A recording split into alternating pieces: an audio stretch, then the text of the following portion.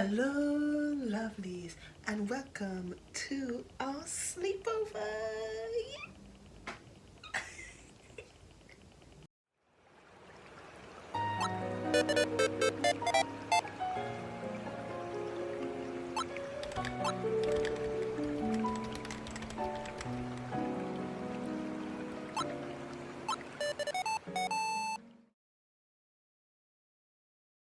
Oh, it's really hard to see you guys. Like, where's the camera?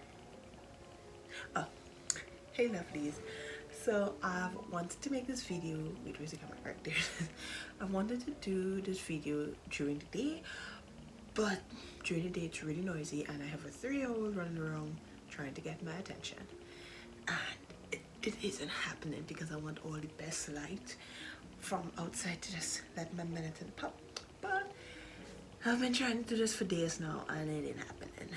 Also, this week's video is not going to be like a video, like an art video, because this week I filmed and edited 2 videos.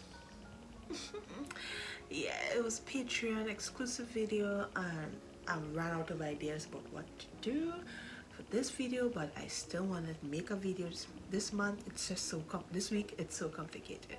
But I was just thinking, after watching Mel Reed's and Tatiana Volt's channel where they did a book tag, is where I was like, okay, I want to do that.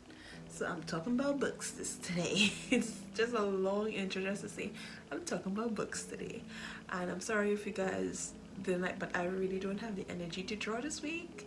But to draw on camera, for some reason, that's way more stressful than drawing in general. Like, I could just pick up my book and sketch in my sketchbook right now and I'll be fine. But to just think about just putting the camera and having everything, it's exhausting. So I'm like, oh, and I actually have tea. This is a cute little mug my mom had and I just stole it. I like it because it has a cover.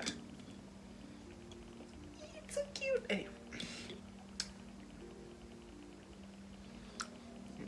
Alright, so I want to do a book tag, and a book tag is basically where you ask a bunch of questions, and Tatiana Volt and Mel Reeds did one, but the questions were more like what is your most anticipated author or anticipated book. I don't really anticipate books. I read what I get for free on the Nalus app, which I explained in my last book video. So the book tag questions I'm going to ask is from paperfurry.com. If you're interested in answering these questions for yourself, you can like check it out. I'll put the link down in below. And with this, they're asking 20 questions about books. So let's get to it. First question: how many books are too many for a series? How much books in the Harry Potter series? 8. 8 or like 10. Yeah, 8 to 10 around there is like way too much. Like 8 is like and 10 is like you're pushing it, okay? Because there's a series by Nora Roberts with her pen name JB Robb or JD Robb, where it's a detective book. I fell in love with the series, and then I got like one of my friends, they gave me a PDF, no, not PDF, like all the books in ebook form, and it's like 100 and something. I'm like, 100 and what? Like what? Like what? And the series is still going on. Oh my gosh, I'm like, I also dropped the series. I'm like, I'm not going to invest all this time on 100 and something. God, no, it's too much books, okay? Because I love, okay, I talk too much. Let's go to the next one. How do you feel about cliffhangers? It depends. There are some cliffhangers where it's dumb, it's like stupid. I'm like, you just put this cliffhanger because you don't know what else to do. You run out of story or you run out of the limit, so you're like, cliffhanger, because it's like cliffhanger hanging from a cliff, and that's why he's called Cliffhanger. That's all you have. It just have a cliffhanger because of a cliffhanger. But there are some books, they do it so good. I don't have examples right now, but some cliffhanger books, they work well. Hardcover or paperback? That's a tough one. The only way I could say I like paperback because it's cheaper. That's all I could say. Hardback is hard, but I like hardbacks when you feel it and you like read, but it's easier to read paperback. It's not as heavy. So apparently I like the look of hardcover, but I have a more enjoyable feeling reading paperback. Favorite book? Ooh, I can show you. Let me go get my favorite book. I got it. My favorite book is Devil in Winter by Lisa Kleypas. This is my favorite book of all time. I love it. Followed closely by Love in the Afternoon by Lisa Kleypas. For a long time, these two were fighting for like who's in front, but this book I loved all the way through, and this book coming down to the end, it's like, what was the meaning of the ending? The ending was not satisfactory. I'm still not happy with the ending. It just, but this one, all the way through. Love this book. I think the main reason why I love this book is not just enemies to lovers. It was not even enemies, like indifference to lovers. It's basically that they were themselves all through, because you know in romances the woman will like hide parts of herself to not scare the man, and the man is just like want to do things with the woman to like, you know, make her like him, and then they, in a way, they always end up in a lie, because he will think something about her and she will make him to think about that, and she will think something about him and he will continue to make her think like that, and then they will come to a climax. No, from the get-go these guys were themselves in front of each other, and how they fell in love was slow. It was a slow burn. It was beautiful. It was magical. I love it. Highly recommend this book. Anyhow, I went into that. My least favorite book. There's this book. I can't remember, but I researched it when I had my book blog, Swan Angel 15's book review. Wow, that was a long book. But listen, I started when I was a teenager. Don't judge me. But this book got me so mad. It was a book about nothing and everything at the exact same time. And the only way you can actually understand what the heck happened in that book is if you understand French history. And I didn't. And they didn't elaborate.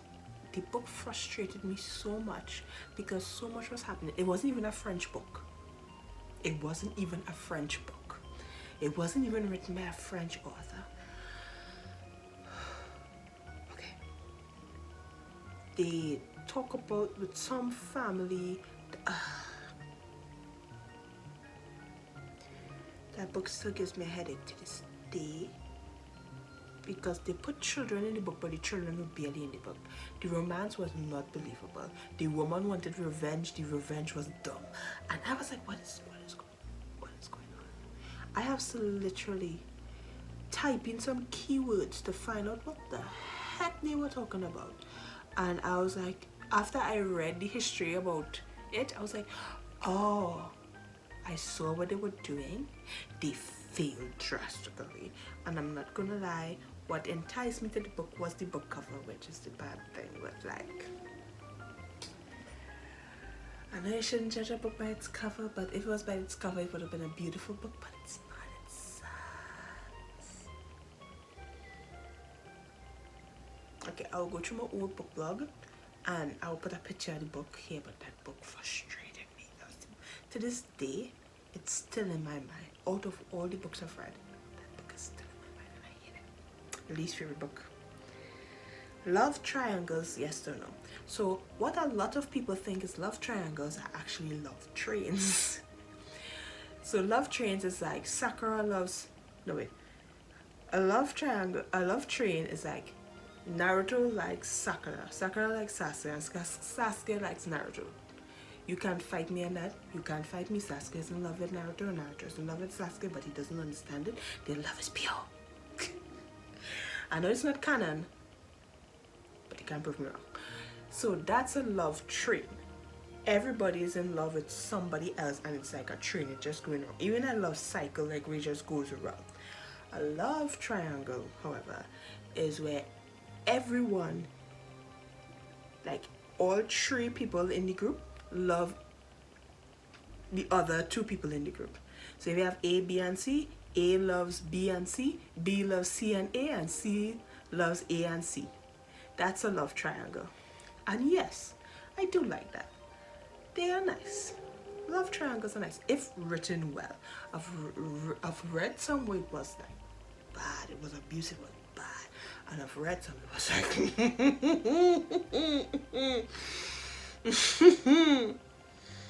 okay, I'm blushing. I can't even look at you guys. I'm ashamed of what I've read, but it was good.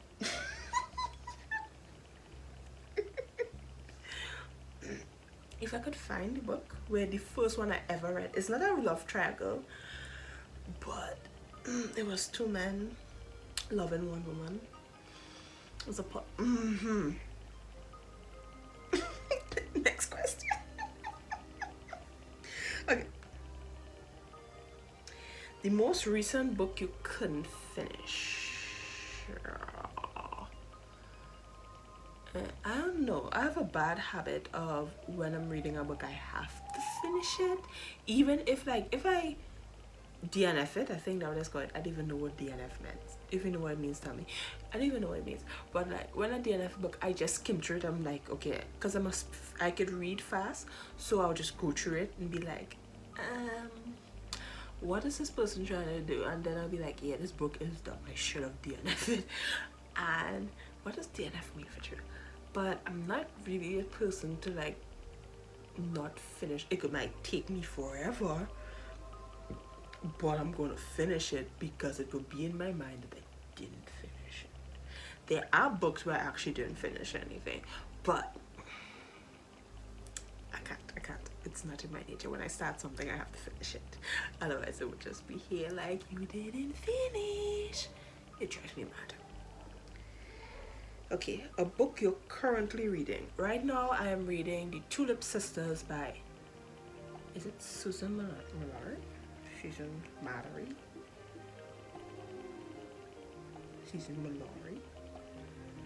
And right now, I'm really bombarded with a lot of words, which it's a book, it's supposed to do that, but like, a lot of nothing is happening. And there's so much names and so much twist and turns. I'm like, what's going on? I'm confused. But maybe later on, because I really like Susan Mallory books. She writes good books. And right now I'm trying to get out of romance books because they're all, you know what, maybe I have a question for that later on, I don't know. But like, I'm really into women's fiction or women's literature right now because it more speaks about a woman's journey, and if she falls in love, fine, or if she just, you know, get a puppy, cool. But Susan Mallory writes a lot of romances and women's literature, and I like it. So sometimes her books start off bleh, and then I get into it, so I'm hopefully when I get more into it, it will get good. Last book you recommended to someone. Arsenic Abobo. This book, oh my god, this book was so good. That was after, listen, for me to actually remember the name of the book, I'll even put on a picture. For me to remember the name of the book is like a big feat because I don't know, but I don't go by names. You can ask me author names. I don't know most of the authors I read. If I continue, then I will learn your name. But if it's a one-off, don't ask me your name. But Arsenic Abobo, that book was the first book I said I'm not going to go strictly into romance, and that book, It had romance in it, but if it take out the romance, the book would have still worked. It still works. The book is so good. The ending was rushed. I ain't gonna lie. I felt unsatisfactory. It's like it's like the author was running out of how much words they could put in a book, and they just put all the information at once. So it was this big convoluted timeline and plot, and it could have worked. It would have worked with the book because that was where we was going to, but it just seemed like it ended too quickly. It was too weird. Everybody give it, and then most of the big cojones, the big people who are at fault in the book, they just get a slap on the wrist. I'm like, hey, you're using your job to sell drugs. How are you out walking free until you're tried? I'm like, yeah, no, I don't like it. It's like, no. Oldest book you've read by publication date? I don't know. That's a tricky one. The only thing I could think of is when I read a Nora Roberts book. And it wasn't real. It was like her old book because she was young. That's so big. It's like she was young on the thing cover, and it's where this woman, she was traveling and she met up with a man, and I thought, oh, it's just a natural romance story. Nope, they get tangled up in some mission and people are trying to kill them, and they fell in love while they're trying to survive. So I was like, oh, okay then, all right. I can't remember the name of the book, but that was like the oldest book I could think of that I read. Newest book you've read by publication date?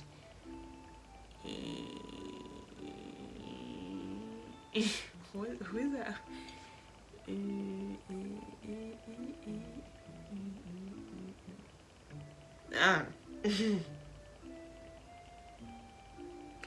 Favorite author, Lisa Kleypas. She's one person, every book of hers I've read, I've enjoyed. I won't say, oh, I love it all the time, but I've enjoyed it. Oh, I've loved it. There's not one book I've read of her that I didn't like. Just saying. Buying books or borrowing books? Borrowing books because it won't take up too much space. This is I barely have room in here. Why would I put more books? It had a time where once a month I'll save money and I'll buy a book in RIK and come home and read it. And it mostly be books like these. And I'll read them and they would just be stored on my bookshelf, taking up space. And I'm the type of person, I read a book once. These two books are the only books I've read multiple times on the Harry Potter series. I'm sorry. I know She Who Will Not Be Named is like, but the Harry Potter series, I've read it 3 times. But these books, especially this one, I've read this book over and over, and I'm not tired with it. I love this book so much. That and the Heaven Sent series. That Heaven Sent series is like beautiful. A book you dislike that everyone seems to love. Why do you guys like red, white, and royal blue? Like what? Why?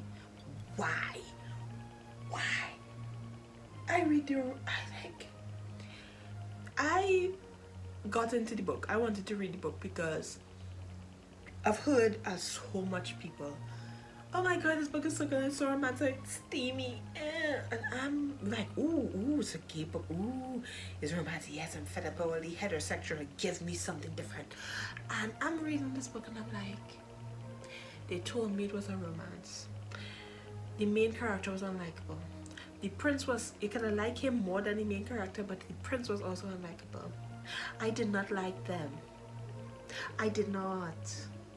The book was about politics. I did not come for politics. I came for romance. And the steamy parts, I was like, wait, where's the steamy part? I would just read it. I would just be reading and I'd be like, what are they doing? What's going on? And then they'll hear they collapse on each other. I was like, wait, did they just do it? And then I also go back and read. I was like, how is this steamy? I was like, what? I think I read Erica Ridley books too much. story may be spoiled. Yeah, correct me, people. But like, after the romance hit, like, you know, the whole climax and all kind of stuff, there was still 2 to 3 more chapters about the campaign. I don't give a Ugh. I don't like that book. You guys lied to me. It sucked. Bookmarks or dog ears. If anybody ever dog ears any of my books, you will die.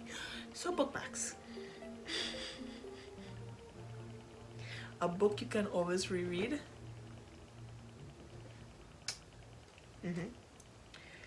One point of view or multiple. Oh wait. Can you read while listening to music? Yes, there's music constantly playing in my head, so it feels like I always read with music. Because right now, the song that has been every day, I wake up with a new song in my head. Guess what the song was this today?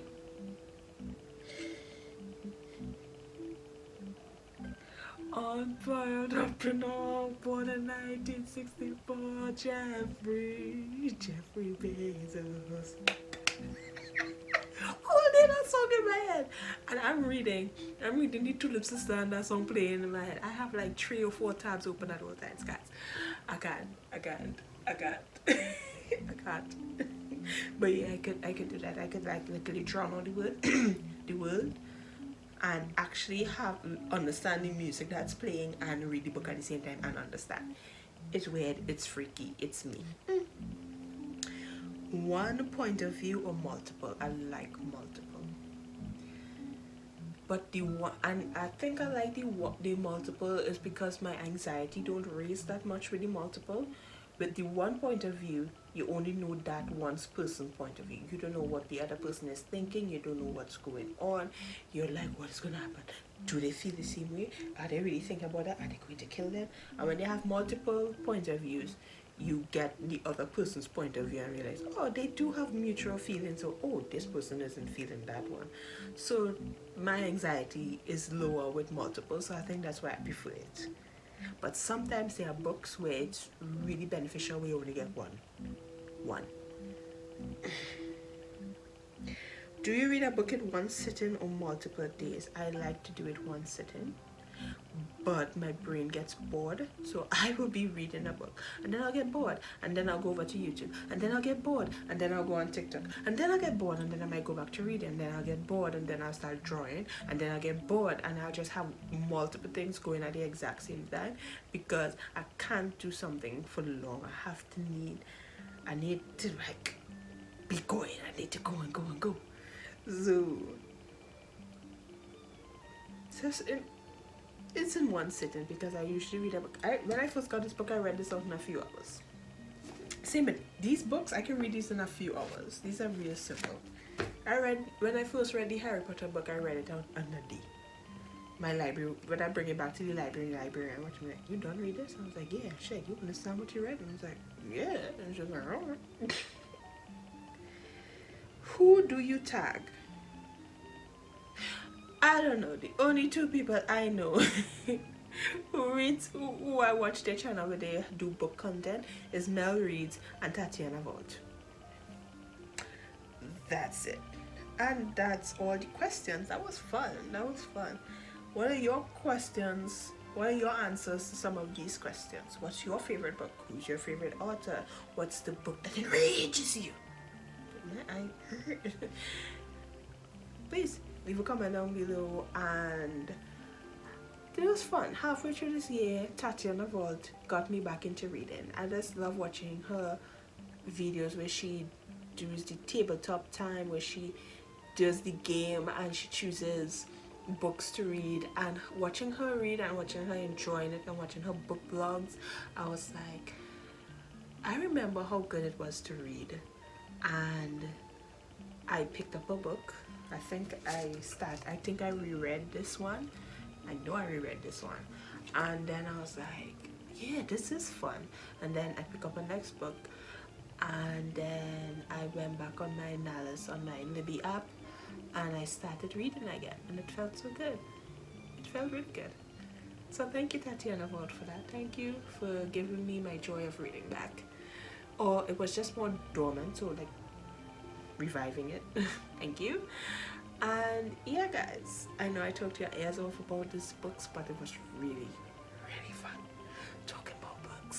I don't have anybody I can talk about books with, except for Patreon on the Discord. Oh, also, guys, I have a Discord if you want to join. We could talk about books, we could do art, we could just chat, have a nice fun community. The link is down in the description below. And oh yeah, the coloring page. I'm literally falling asleep on you guys now. So this sleepover is coming to a close. So the coloring page where I made the mushroom girl, link down in the description as well. And yeah, guys, it's time. I want to sleep. Okay. So I'll see you when I see you guys. Bye.